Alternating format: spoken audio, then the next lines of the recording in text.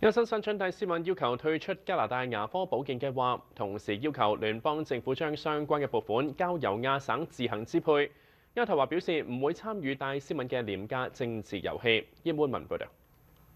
亞省聯合保守黨政府省長戴斯敏寫信俾總理杜魯多，聲稱亞省將會喺2026年退出聯邦自由黨政府推出嘅加拿大牙科保健計劃。與此同時，戴斯敏認為聯邦政府應該將相關撥款交俾亞省自己支配，話亞省早已經表明立場，完善擴張已有嘅省牙科保健計劃，比接受一個全國統一嘅聯邦計劃更加有效率。